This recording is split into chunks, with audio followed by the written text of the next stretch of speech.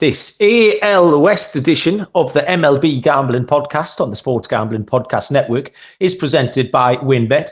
WynnBET is now live in Arizona, Colorado, Indiana, Louisiana, Massachusetts, Michigan, New Jersey, New York, Tennessee, and Virginia. From boosted same-game parlays to live in-game odds, WynnBET has what you need to win. Bet $100 and get $100 at wynnbet.com or download the WynnBET app and start winning today. State restrictions apply. We're also brought to you by the DGen Dance. Our March Madness bankroll contest is back, free to enter, and $1,000 in cash and prizes up for grabs. Plus, we've got first half under bingo into both contests on the SGPN app. Welcome, everybody, to the MLB Gambling Podcast on the Sports Gambling Podcast Network. My name is Malcolm Bamford, coming to you from Newcastle upon Tyne in England, in Great Britain, the home of your WBC winning Team GB. Smashed Colombia yesterday. Baseball's coming home. Pablo Escobar, Rene Higuita, your boys took one hell of a beating. So all hail Team GB. The new home of baseball, I think everyone will agree. Tonight, we've got an AL West edition of the MLB Gambling Podcast. And my co-host, first up from Houston, in the country that used to be the home of baseball, Munaf Manji. Munaf, how you doing? No wardrobe malfunctions, right, for Great Britain? No letters falling off, right? The uniforms weren't great, I'll be honest with you. They looked rubbish to start with, and then they started falling apart. So, yeah, that was a minor shambles. But, mate, stop distracting. Stop burying the headline. We won.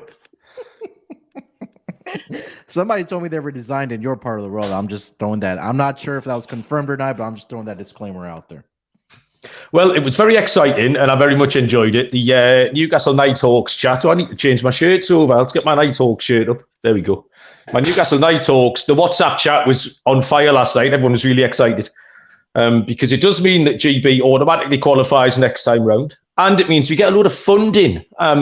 So some of the money might work its way up north to the Nighthawks and local clubs like us. But yeah, getting sidetracked. But I did enjoy it. It was exciting. Joining us, we've special guest, friend of the show, friend of the network, Minty. Good evening, Minty. Are you in Las Vegas? I am in Las Vegas, Malcolm. Oh, wow. Never left. Maybe one day we'll get an MLB team, but not yet. Not yet. And did you stay up all night partying because Team GB beat Colombia? No. But I do want their shirts. I think it looks very clean and simple. But no, I, slept in, watched some of my HGTV shows. Not what you would expect hearing on the MLB podcast. But yeah, early night for me. And how is your winter going? Because you've got your finger in every pie, really. You're not just MLB. You do bits and bobs of everything, don't you? So you're having a busy winter, sporting-wise. Yeah, you know what? Yeah, Formula One, UFC. Obviously, we just finished NFL. Do you watch any Formula One, Malcolm? You have to. Formula One is one of the very few things that doesn't get on my radar, unfortunately. I know, yeah, sorry. Well, it's I only assume because it's such an international sport and everyone seems to watch it. And America seems very behind on it. So, I think Ryan Kramer's got into it recently, and the NASCAR Gambling Podcast boys really like it as well. I do the horse racing for the show. I think the people have compared the US horse racing to NASCAR and international horse racing to Formula One, because everything's sort of a left-handed oval in the US, where globally we like to go in all different directions and uphill and down dale and things like that. So it's a bit more interesting. But yeah, baseball's around the corner. We were just seeing off air, it's freezing cold here. The snow's been going sideways past the window all day, and it doesn't feel like baseball season. But in only a couple of weeks' time, we'll have opening day. We are on to show number 3. Preview show number 3 in our divisional previews, and we've got the AL West to look at. Interesting division. Probably 4 teams will be competitive in this division, so lots to look at. We'll start with the Houston Astros, who are 6-1 favorites for the World Series. They are plus 260 to win the American League, minus 200 for this division, minus 900 to win the playoffs. and they have a win total of 95.5. Munaf, as you are in Houston, we will let you lead off with your hometown Astros. What do you think, firstly, about roster changes, additions, and then how that's going to reflect on that? Are they going to get to that total of 95.5? Yeah, they're still cleaning up the confetti from the parade. Just want to throw that out there from winning the title last season. But obviously, the big news, well, the two biggest moves for the Astros is the loss of Justin Verlander heading over to the New York Mets. I mean, came back from Tommy John surgery, had an incredible Cy Young year. The man was unstoppable. I mean, there was, I think, one or two games where he looked human, but other than that, he was just a machine for the Houston Astros. Big part of the regular season success. I know he wasn't as dominant as he was during the regular season in the playoffs, but I think there's more than enough to compensate for his loss. Obviously, you can't replace a Cy Young pitcher like Justin Verlander, but we've talked a lot about on the pod the depth that this pitching rotation has of the Houston Astros. So guys like Framber Valdez, Christian Javier, Jose Urquidy, Luis Garcia, there's enough there. I know Lance McCullers is again dealing with an injury. It seems like it's something like that every single year for him.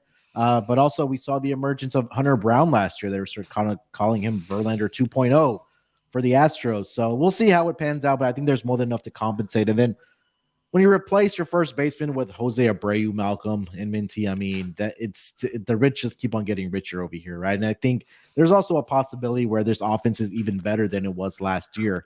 I know they are dealing with the hand injury and being very cautious with Yordan Alvarez, but from what I've read as of yesterday and this morning, that he looks to be trending in the right direction to be ready to go for opening day in MLB. So that's kind of where we're at with the roster there, Mal. And a general lean on that total, Munaf, 95.5 for you? Yeah, I got to go over. I mean, this team has just been a machine for the past, 4, 5, 6 years. I know there was a period where obviously they were quote unquote tanking and they accumulated all this talent through the draft, where there was Altuve, Bregman, the loss of Correa as well, but they still have enough to get it done. And I still think they are going to be the kings of the AL West. I think it's going to be a 2-horse race. We'll get to that team later, but I just think this team will pick up right where they kind of left off last season and maybe not dominate as much as they have over the past several years, but I still think there's more than enough. I still think they're the best team in baseball after the Atlanta Braves, or up there with the Atlanta Braves, to win this division. So yeah, I'm going over, and I still think they win this division. Okie doke. We've got our first visitor in the comment section of our live YouTube broadcast here, and they don't want to talk about the AL West. The first comment is about how cheap that the Great Britain uniforms were again. Good evening, Dylan. Don't be so cheeky. Leave us alone. Minty, Houston, do you fancy their chances of defending? I feel like Munaf hit the nail on the head. He basically said everything I was going to say. So copy and paste or quote tweet everything that Munaf just said. But yeah, basically I like them over 95.5 wins. And, just a couple days ago, I saw the Astros to win the AL West at -180. And honestly, I thought that was a great price for a team that has dominated this division just year after year. Even with the loss of Verlander and Lance McCullers, I feel like he always deals with health issues midseason. This is still a really deep rotation. This bullpen is also the best in the league. They had the best bullpen ERA last season, and they gave up some of the fewest homers. And they have a really strong lineup, even without Carlos Correa and George Springer. The addition of Jose Abreu is really going to help boost them. But again, this lineup, I mean, Jose Altuve, Alex Bregman, Kyle Tucker, Michael Brantley, Yordan Alvarez.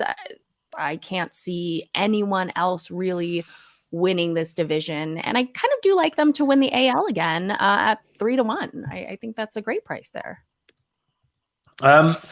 If you remember, Munaf, we did the show last week for the, was it the AL East, I think? And you and Johnny were confident on the overs for just about everyone. And I went exactly the opposite way. Well, this is how this show started, because I've got Houston going under here. And not because I don't like them, because I do. I think they're going to be very strong. I think the divisional odds are right. The prices that Minty just mentioned are right. I've got them a little bit bigger for the World Series, around about 9-1 shots, I reckon. So I wouldn't be backing them at that price. The lineup, I like a full season of Kyle Tucker batting without the shift. I think it's going to help him an awful lot. Not that he needed much help anyway. Just a couple of little bits and bobs out the rotation. So Framber Valdez with the pitch clock is going to be interesting. He spent all last year with the coaches learning how to slow everything down. That was the key to Framber Valdez, was slowing it all down. And he clicked for him. And then all of a sudden, bang, we're speeding him up again. So that's going to be interesting.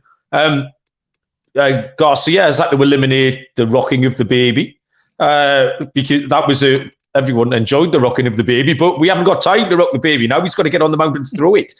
So that's gone a little bit. And then Hunter Brown, you already mentioned, Munaf. He got shellacked one day last week. And just little things like that. I know it means nothing, but just sort of puts a little question mark in your head. So I've got them going under. I've got them going round about 90, enough to win the division.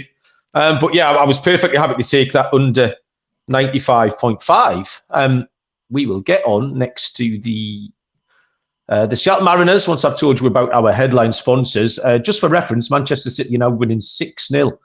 Minty. So if you play your cards right, you might get your dinner made for you or something.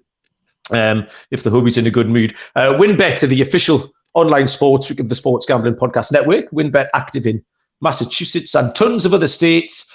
Be on the lookout for WinBet Win Hour each Thursday from 5 till 6 Eastern Time. During WinBet Win Hour, marquee games of the week will have better odds on WinBet, giving you a larger payout opportunity. March Madness is here. Loads of ways to bet on the big dance. Sign up today to receive a special offer. Bet $100 to get $100, which is limited to state availability. And of course, for DJs only, for the biggest long shot parlay of the week, you get a $1,000 free credit. Loads to choose from. Head to winbet.com or download the WinBet app. Offer subject to change. T's and C's at winbet.com. Must be 21 or older and present in the state where playthrough WinBet is available. If you or somebody knows a gambling problem, call 1-800-522-4700. March Madness contests. The DJ and Dance, our March Madness bankroll contest, is back. Free to enter. $1,000 in cash prizes up for grabs. And the first half under bingo, where you can win a SGPN gift card. Enter both contests on the SGPN app. Okay, next up, Seattle Mariners, who are, for the World Series, 16-1, for the American League, 8-1, for the AL West, plus 275, to make the playoffs, minus 222, and the total here is at 87.5. Minty, lead us off with the Seattle Mariners, please. I am so high on the Seattle Mariners this season. I'm definitely going over. And I also see them to finish second at plus 180. So I really like the number for that too, because we know the Astros are probably going to finish first here. But, I like Seattle to finish second. They've got offensive firepower and top tier pitching. I mean, who do they have in their lineup? Julio Rodriguez, Teoscar Hernandez, AJ Pollock, Colton Wong. I really like this lineup, and they're pitching. They're bringing back all 5 starters. They were top 10 in the AL in like ERA, strikeout rate, and they had a pretty strong bullpen as well. So I can see them being aggressive around the trade deadline and doing a couple more upgrades to kind of solidify the second half of the season. And I just really like the Mariners. I love that over, so I'm on the over 87.5. And I also am sprinkling a little for them to finish second in the AL West as well. Those markets, Minty, I'm really pleased you brought that up, because I've made a couple of picks so far this season on the exact finishing position, because it's not a market people talk about very often, or that you don't often see in certain books. And I've taken a couple of those, and there's definite value to be had. I think it was the Phillies I took to finish third in the division we did last week, just because there's a cushion of games on either side. So they can win a few more, they can win a few less, but I can't see anywhere else they can go. So if you find that market, and Seattle's a great example of that. I'll jump in here, Munaf. I wrote down the exact same 4 names that Minty just mentioned. Colton Wong, Teoscar, AJ Pollock. I think Julio Rodriguez has got 30 potential. The rotation is solid. You need, I think, Kirby and Gilbert to go well. I like the bullpen. Matt Brash is a name that I like, who could find his way into the starting rotation. However, it's not going to surprise you, Munaf. I've got them going under again. I like them. My projection is around 84. So I probably won't be betting them. It's not a strong lean, but with the line set at 87.5, I've got them going just a couple of games underneath that, Munaf. Where are you? Yeah, I got to go with the over as well with Minty on the Seattle Mariners. It's been back-to-back seasons. They've won 90 games. Yes. We've kind of seen them starting to put this roster 2 years ago, right? When they signed Robbie Ray, the former Cy Young winner. They acquired Luis Castillo last season. They signed him to a contract extension. We saw in the offseason they locked up J-Rod to a very, very long-term deal, which should pretty much keep him in Seattle for the rest of his career. But you guys already hit the nail on the head. They acquired Teoscar Hernandez to kind of, solidify the middle of that lineup. So, on paper, this team it's going to be a darling for, baseball bettors or even sharp bettors to possibly dethrone the Astros. I don't think they're quite there yet, just because the Astros are so good. But I think Minty's correct that they'll end up second in this division, probably around 90 to 92 wins. They'll get into the playoffs as a wild card team. Then after that, it's a crapshoot, and we'll see what happens. But you're right, also, Malcolm, that for this pitching rotation, Logan Gilbert and George Kirby are going to have to really be those guys again like they were last season. We saw the flashes of it. Obviously, Robbie Ray's going to have to be better as well. And we know what we're going to get out of Luis Castillo as well. So I like the pitching rotation. I like the bullpen. I like the depth that they have in their batting order. And also look out for Jared Kelenic. Hopefully he can bounce back for the Seattle Mariners team. I know he's projected to be in the at least opening day roster. In the outfield, projected to be at number 7 batting for them. They also added AJ Pollock in the offseason as a kind of a veteran presence in that locker room. We talked about Colton Wong, one of the better defensive shortstop / second baseman in the entire league. So this team is ready to go. I think they'll definitely get over their win total and definitely be competing for the AL West this year. Jared Kelenic's an interesting one. He's quite a lot of chat in fantasy circles. He's drawn a lot of attention because he's really polarizing, in fact, the fantasy community, because it seems like 50% of the people are all in and 50% of the people are all out. There's no middle ground really with Kelenic. You're either one way or the other. So yeah, Seattle sort of, I was torn a little bit on them because I find them quite easy to root for. They're quite good fun, but I just couldn't really get to that total. I just think the competitive nature of the division as well, because it's not a 2-horse race. Like I say, this is one division where we are going to get a 4-horse race here. And third in are the Texas Rangers. We're going to head back to the Lone Star State again, where Texas are the 33-1 shots for the World Series, 16-1 for the league, plus 850 for the division, plus 180 to make the playoffs. And their total is at 82.5. I want to lead off on the Angels, so I'll throw this back to you, Minty, and you can lead us off with the Rangers. Rangers, right? You said? I like them to go under this 82.5 number. I mean, the Rangers improved their rotation. They signed DeGrom, and I believe they signed Eovaldi as well, right? They also did a little bit to boost their bullpen. But let's look at last season. I mean, they signed Corey Seager and Marcus Semien, and they still finished 4th. Ultimately, they're making the right moves towards becoming a better team and improving their win totals. But it's going to be so hard with a division kind of stacked like this AL West. I mean, as we talked about, the Astros are strong. The Mariners have a lot of hype to them, and they are good on paper. And the Angels can be good enough to mess up other teams, but also bad enough to mess themselves up. I think the Rangers here, for them to even be in contention for the playoffs or the top of this AL West division, they are probably going to have to rely on other teams' injuries in order to make it to the top. As bad as that sounds, obviously I don't want anyone hurt, but I think that's the only way. But for them to not even break 70 wins in each of the last 2 years, and the total is now set at 82.5, seems kind of excessive. So I'm going to go under. Okay, so it's an under for Minty. I had this just about spot on. I think that 82.5 is too low. I've got a projection around about 81 for me, but so big and no bet again. I actually think the division price is okay. It's on the money. Wouldn't be interested in the World Series. The playoff price isn't bad at all. I've got them round about plus 140 shots when you're getting a little bit of plus 180.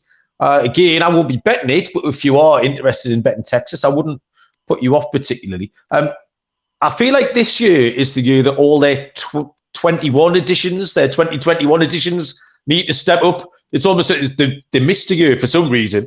They sat out 2022. And they spent a lot of money on those bats that Minty just mentioned.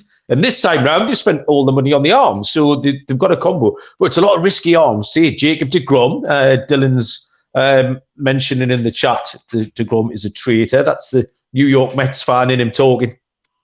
But he is a risk. He's absolutely outstanding when he's on the mound. But he's already had a little issue in spring training, although he's back now. But you're just never certain that he's going to be healthy for long enough.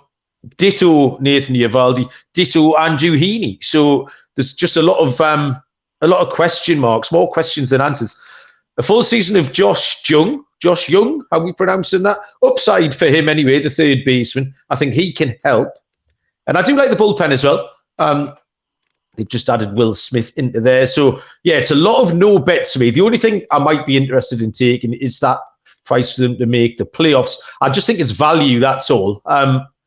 Plus 180, leaning the under, but yeah, I'm just to say they're not really blowing my skirt up, Texas. I'd be looking elsewhere for a bet. Munaf, what do you think? Yeah, I'm on the under here. I think this is one of the teams like the Mariners of 2 years ago. They're starting to construct the roster. You talked about the bats that they added last year with Corey Seager and Marcus Semien. I think this is going to be a year where we see Corey Seager really take that, or be the guy that we've seen him be when he was with the Dodgers, with the ban of the shift now, right? Because he was one of the players, or the player that had the most amount of hits taken away because of the shift. So I think that if you want to look at player props and stuff like that, I think that Corey Seager over on his hits is a good bet. I agree about Jacob DeGrom. I mean, we've seen when he's won the Cy Youngs, which was years and years ago, that he's one of the more dominant pitchers in the entire MLB, right? But health has been a concern for him over the past several seasons. You guys nailed it that they spent the money on the hitters 2 years ago. This offseason, it was the pitching. But like you said, Malcolm, the pitching doesn't really excite me. I know they have some guys in the minor leagues that are going to eventually come up, like the Lighters of the world, the Rockers of the world for the Texas Rangers. But I've seen it with the Red Sox. Nathan Eovaldi, one of the more inconsistent guys. He was dealing with injuries over the past several years as well. Martin Perez was probably their best pitcher last year, especially in home games that we were really backing him. John Gray is another guy. I mean, I think that it's going to take probably another year or so for this Rangers team to really be in contention.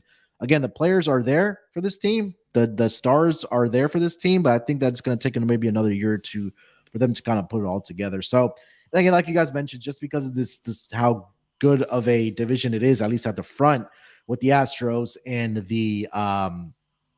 the Mariners, I think some team, especially in the middle, like the Rangers, going to have to take that step back. So for me, I'm going to go with the under with the Rangers. I just don't see where they are going to improve, 10 to 12 wins, where they were only at 70 this year. Now the books are projecting to be at 82. I don't see it. I'm going to go with the under on the Rangers here, Mel. Yeah, I think they're unfortunate to be, again, in a competitive division where sort of at least the two middling teams, the Mariners and the Angels, are both kind of on the up swing of their cycle as well. If they were going the other way and having a little bit of a tank, then the Rangers might have second place up for grabs, but just not at the moment. Okay, we'll move on after I've told you about Underdog Fantasy. Underdog Fantasy is heating up for March Madness. College Pick'em is a great way to get in on the action, especially if your bracket is busted after day one. Plus, Underdog Fantasy has your favorite college basketball player props. Head over to underdogfantasy.com and use the promo code SGPN for a 100% deposit bonus up to $100. That's underdogfantasy.com, promo code SGPN. Munaf, what's today the first day of March Madness? Have I missed some stuff, or is it ongoing? So the first four I believe, the games start tonight. So the winners of the games tonight will get into the official bracket, and then the official tournament starts on Thursday. So don't forget to get your first half unders in, Mal. That's why I was asking. Yeah, I remember now. There's a little, they call it a play-in tournament. Is this right? Yeah, that's what it's kind of like basketball. Yeah. Yeah. The NBA. I'm sorry. Yes, I made my debut betting first half unders last year and had no idea what I was doing, but I did just count my money. But now I've got my dodgy Fire Stick. I can actually watch the games rather than watch the little screen on with the arrows going either way, which sent me cross-eyed for about 8 hours a day last year. So I'll be able to watch some actual hoops and get some first half unders on. The SGPN app, download it. All the contests are on there. Loads of fun. Next up, we have the LA Angels, who are, for the World Series, 50-1. For the American League, 22-1. 11-1 for the division, plus 165 to make the playoffs. And we have a total here of 81.5. Now, Munaf, for the third year running, and I kind of promised myself I wouldn't let this happen. I have been seduced by the Angels, Munaf. Munaf's already shaking his head. And I wrote down seduced by Angels again, and then realised that would be a great title for an album if we ever recorded anything, Munaf. If me and you knock out, I don't know, some ballads, I reckon. Album of, you buy that, Minty, wouldn't you?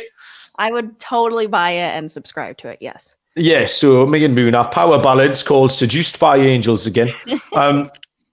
But yeah, I'm in, and I promised myself I wouldn't do it. Like I promised myself I wouldn't fade the Rays, and I'm kind of doing. So I haven't faded the Rays, but I have been seduced by the Angels again. So yeah, this is more like it, and I like all these prices. I think the 50-1 for the World Series is about right. I'll make that.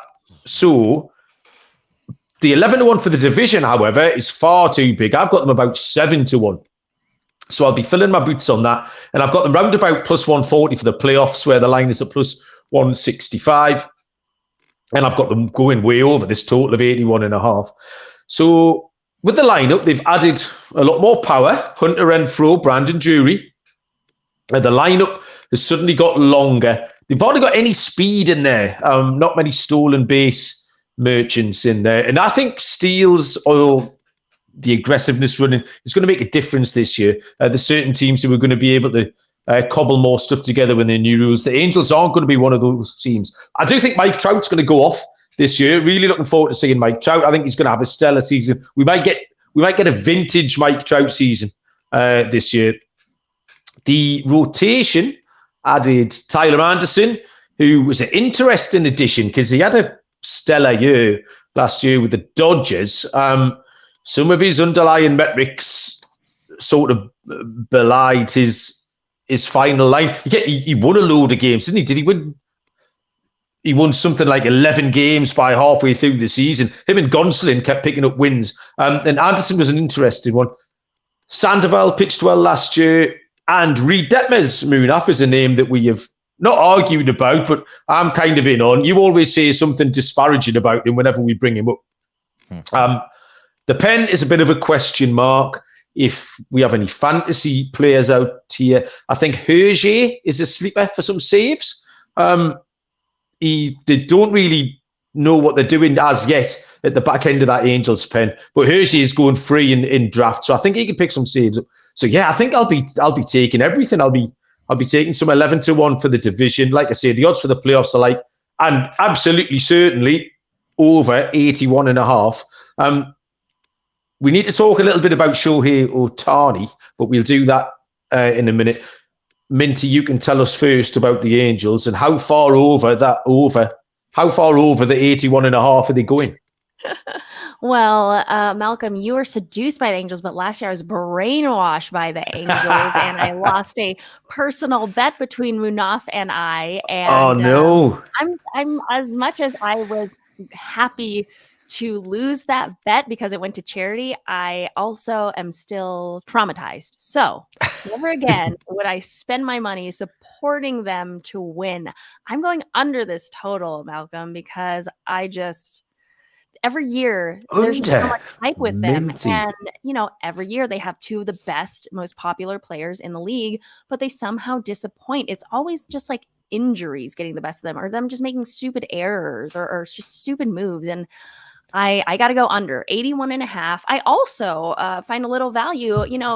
You said they were plus 165 to make the playoffs. Well, I also have them plus 165 to finish 4th in this division. Okay. So I don't know. We're kind of on opposite sides here. Although I do admit that their roster overall has improved, but let's just see how it plays out. I think 81.5 is an awful lot, seeing as they're, below 500 for 7 straight seasons. And, last season, they accumulated 73 wins and 77 before that. So I think this is a little high. And do you know what? You're probably right, because this is one that at the end of the season, we look at each other and we'll say, that was obvious. Why didn't we just pick that? Because that's how it always goes. We should know better. I know they started well last year as well, and then they had that horrible sort of 3-26 run or something ridiculous after a hot start. But yeah, we will, in hindsight, this is an absolute hindsight play where I'll look back in October and scratch my head and ask myself what I was thinking at any point. Munaf, can you back me up here, or are you taking Minty's side? Like Minty said, she had to learn the hard way last year, but she was definitely a sport last year. You bad man. Bid, but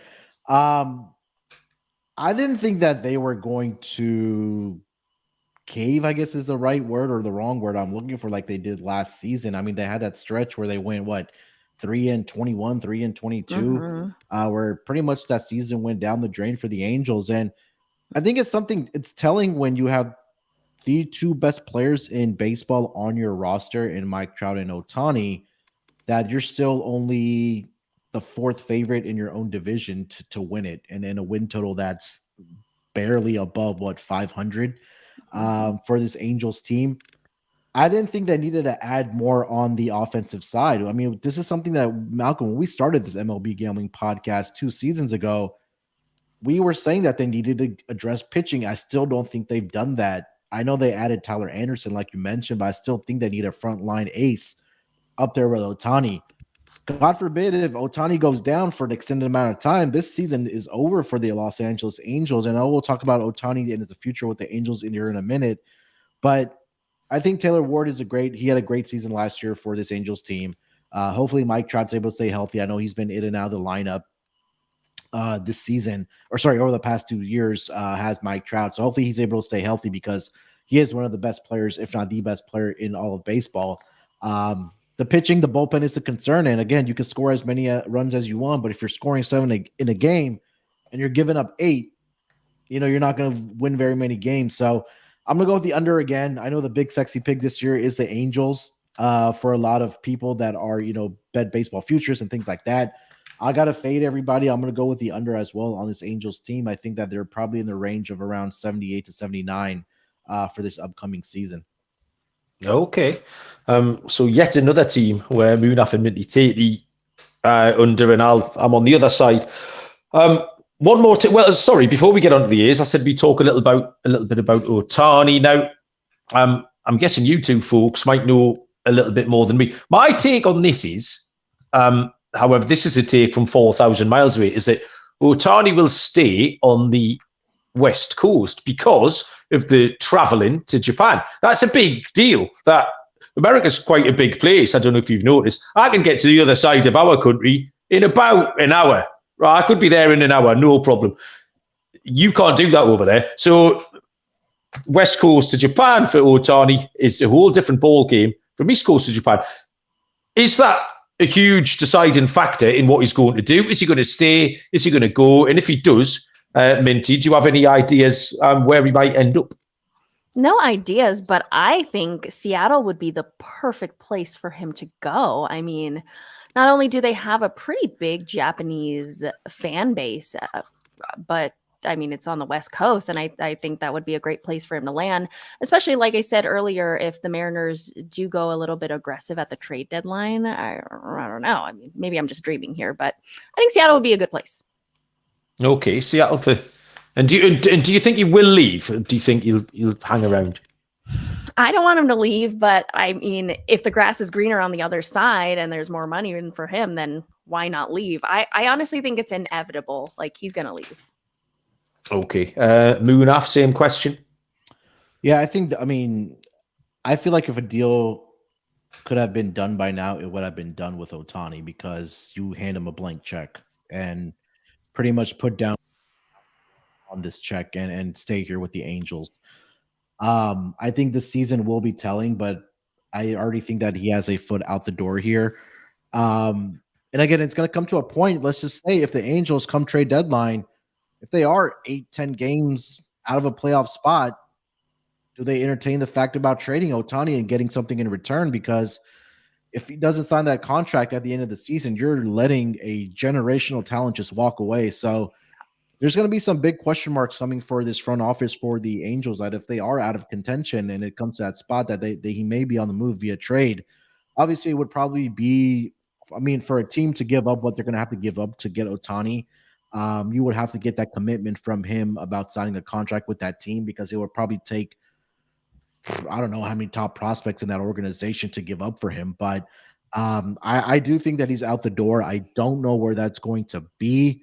Obviously he could be fit on any team in MLB, but we've seen in the comments that he's made that obviously money's probably not a factor to him, but obviously when you're this good, you're going to get paid I think probably above $500 million. But he's prioritized winning. He wants to win, and he's going to have to go to a team that is in contention right now, and he could go to a team where he can win a World Series title. So whether that's on the West Coast somewhere, whether that's in the East Coast, I don't think the travel will matter to him.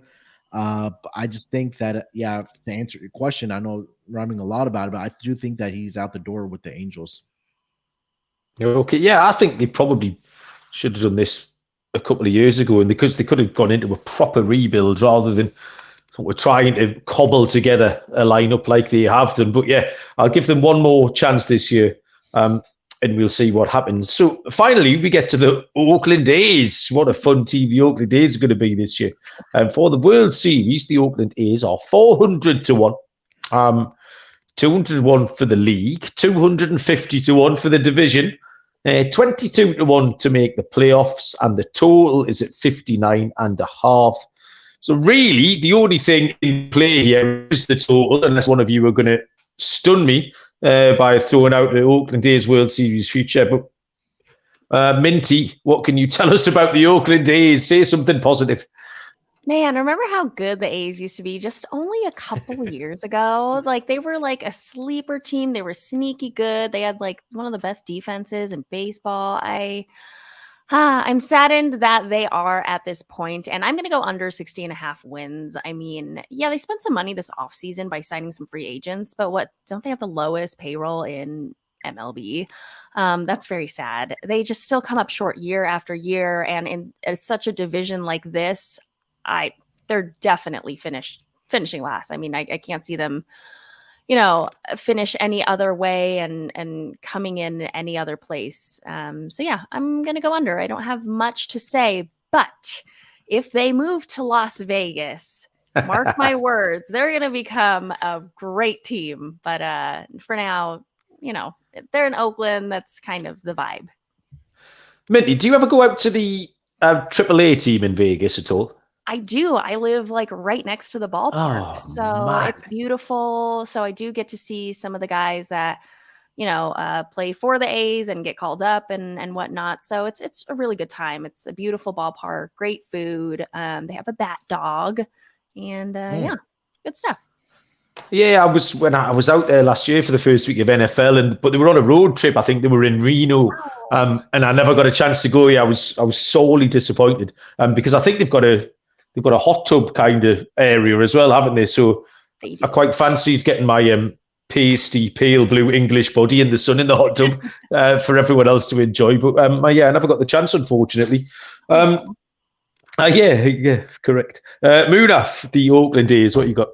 You already did that. I mean, I know they weren't in town, but you already went swimming last year, didn't you? I did go swimming. Though. I don't know why you found that so funny. Munaf found it hilarious that I went swimming in Vegas because he says he's been a million times and he's never been swimming once. But he just thought Munaf, explain yourself. You have to go swimming. It's like there you go. Season here all the time. Thank you, Minty. When you work for Sports Gambling Podcast Network, you're spending most of your time either at the sports book or playing craps in blackjack with Sean and Ryan.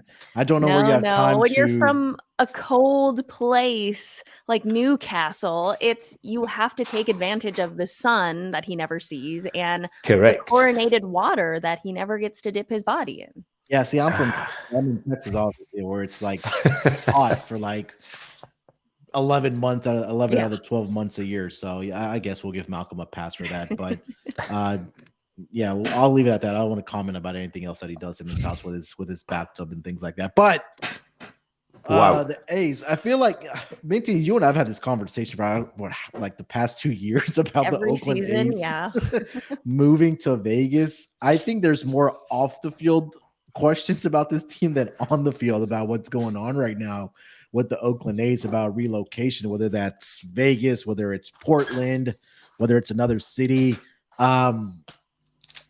I know they've made some additions, the signings like Minty mentioned. I didn't even bother looking into what they've done. I mean, when you're looking at the 4 teams above you, and the 4th team has a win total of 81.5, and the last team is at 60.5. That's about a 21 game drop off.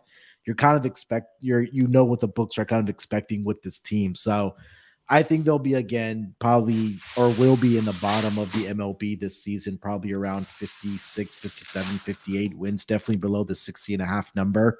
Yeah. But we'll see what happens with this Oakland A's team as far as relocation, or if they're going to, work something out with the city of Oakland to get a stadium there. But I don't know. I just don't think the talent is there. And even the guys that they do have on this team, they might just become trade candidates. I mean, I know there's a lot of players that can definitely help out other teams come trade deadline, but we'll see. I think really do like the under for 60.5 for this team. Yes. Who's making fried chicken, Malcolm? It's the IT department, but it's not fried chicken. I'm not sure what she's doing, apart from making a row. It's not going to surprise either of you that while you both are zigging on the Oakland A's, I am going to zag here. Because I've got them going way over the 59.5. Now, they're not very glamorous. It doesn't mean I'm in love with them. They're going to hit about 230 between them, which isn't particularly good. They have got some bits of power and speed.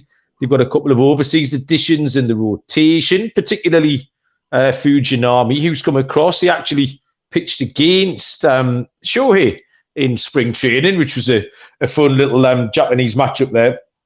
And Munaf, at times, these names have come up on the show, and we've made money out of Paul Blackburn, James Kapralian, Ken Waldichuk, we just like seeing, I'll be honest with you. But those boys have made us some money, so I'm not entirely out on them. I think the bullpen's better than a lot of other bullpens as well, Sneaky. So I think they're going to win 68 games. Write that down, Munaf, which is way, way, way, way, way over the 59.5. Like I say, there's nothing else in play for the A's. 68 still isn't a big number, but it's absolutely bettable for me. So, yeah, I'm all in on that over 59.5. And I think, ladies and gentlemen, boys and girls, we've got to the end of the divisional analysis. Minty, we'll come back to you then. Any other divisions outright, like anything you like in baseball, or indeed anything else you need to tell us about on the grounds that you're only here for one show? So give us the rest of your MLB thoughts for the season. Well, I don't think the video is released yet, but for Yahoo, I gave out that my NL pennant winner will be the St. Louis Cardinals. Okay. Yeah, I mean, they were inside the top 10 offensively. And like I said about the Mariners, I think their pitching could improve by trade deadline. But regardless of that, they actually do have some pretty solid pitching. I mean, Wainwright, Flaherty, Michaelis, Jordan Montgomery now. I think this is a really well-balanced team. And I think there's a lot of value on them to win the NL. I think they're like minus 125, maybe a little more juice now to win their division, which is going to be easy. I also wouldn't look past the Cubs in that division. I mean, they have a lot of big names, but I don't know. Putting them together that first year is gonna be a little rocky. But I kind of like them over their win total shoot, is it like 77.5 or so, something like right. that? So I kind of Yeah, am sounds looking about at their right. win total over. As for the American League, I like the Blue Jays, but I feel like I like the Blue Jays every single year. They just play in such a tough They're the division. equivalent of the Angels, Minty, for me. Yeah. You You're look at them right. and you kind of fall in love with they've all got lovely hair and they can hit the ball and run fast, and then they will ultimately let you down. So, yeah, you might have a touch of what I have about the Angels there. Go on. Kind of like the Newcastle Nighthawks. A little bit like the Newcastle Knight. Oh, yeah, good looking, nice hair, etc. There you go. Yeah, but that's kind of all I have. But yeah, nothing really else now that I think about it off the top of my head. Yeah, so American League, Blue Jays, and then National League, give me the Cardinals. I think there's some value on them. You mentioned the Cardinals and the Cubs. I am going to the Cardinals and the Cubs in London. I know, yeah, my first ever MLB game. The tickets were extortionately expensive. Could have had a small family holiday for the price of two tickets for that one. For a guy that has I'm not even going to mention anything. Go ahead. So, okay. I was just going to mention that you for the first 2 years we did this pod, you would be recording out of a different room for like every single day. And I think you finally found your studio now that you're doing multiple pods for the network. I'll just Munaf believes that I live in some sort of castle. He thinks all English people live in a castle, basically. Munaf, made out of stone, Munaf. So, I mean, I'm just putting it out there. I mean, I think if Dylan's still in the chat, he could probably back me up. Noah can back me up on it as well. He has 4 different wings in his house. I'll say that. Wow, you're a very silly man, Munaf. Too? Do you think he's just living back in the old days as well? Has multiple horses. Yeah, he has a horse carriage that comes and picks him up from work and everything. Have you finished, you two? Have you finished? No. With their silliness? It's true. That'd be pretty cool. Buffoons. Minty, give us a World Series prediction, please. Well, since I said Cardinals, Blue Jays, I'm going to say the Cardinals win the World Series at 20-1. Nice. That's I it. will write that down. I only don't say Astros because what is the likeliness of them winning 2 years in a row? I don't think that's happened in a while, right? A team winning 2 years in a row. Back to back, yeah. I don't think it's happened in a very long time. So I would say the Astros, but because of that superstition there, I'm going to go Cardinals. Okie doke. And is there anything else you want to point us towards before we crack on? I think that is it. Just find my stuff at Yahoo Sportsbook on Twitter and check me out on UFC Fight Pass. I give out my picks for every pay-per-view fight on the show On the Line. And in between any live broadcasts at the UFC Apex, I'm there and I give out my picks live as well. So UFC, check it out. Lovely stuff. Thank you very much. Munaf, anything you would like to tell the people about? Dude, Malcolm, we failed the test when she asked you about F1, that if you were a fan, the rumor is Minty's getting us tickets in a very fancy suite for us to come out. Oh, to Vegas. Since you're not a fan, goodness. I wish. She can get you out there. Now look what you've done. It's so funny because so many people, friends and people in the industry that I don't really talk to have texted me and are like, are you going to F1 in Vegas? Assuming that I'm going. And I'm like, look, buddy, I can't even get in. So I don't know. And if I could, my husband would probably be the first on the list that I could get in with me. But I don't know. I think honestly, watching it at home is going to be better. It looks great, actually. The taxi I got back to the airport last year, the driver was really enthused about it and kind of took me on a little mini F1 tour of where stuff was going to be. He was far more excited than me, but I was being very British and very polite. So I didn't want to tell him, listen, mate, I've got a plane to catch. Can we just get to the airport? So he took me on a little whistle stop tour of where stuff was going to happen. And I've seen the artists' impressions, the renditions of what the whole thing is going to look like. And it looks very, very spectacular, I must say. So, yeah. But I think you're right. It could be sort of a made for TV event. Rather than just going whizzing past your nose at a gazillion miles an hour. Yes, Malcolm, he probably thought you worked for Sky Sports, honestly, but yeah, he could have done. Munaf, anything you need to tell us about before we go? No, I think that is it for the AL West. It's ladies' week here for the MLB Gambling Podcast. We'll have Katie on Friday. With that new time, Malcolm, that is confirmed. So Katie will join us to talk about the NL West. So we have some great friends of the shows like Minty, like Katie. So it's always a pleasure having them on. So it's always a blast every single year with Minty. I'm sure she'll be back during the regular season as well. So yeah, division previews well underway. We're halfway in the books, Malcolm. 3 more to go. Yep. I've really, really enjoyed them. I am slightly concerned that I haven't agreed with anybody on anything yet. So I'm either an absolute genius or I'm so far off the mark, it's untrue. And I've got a suspicion I know which one it is, Munaf.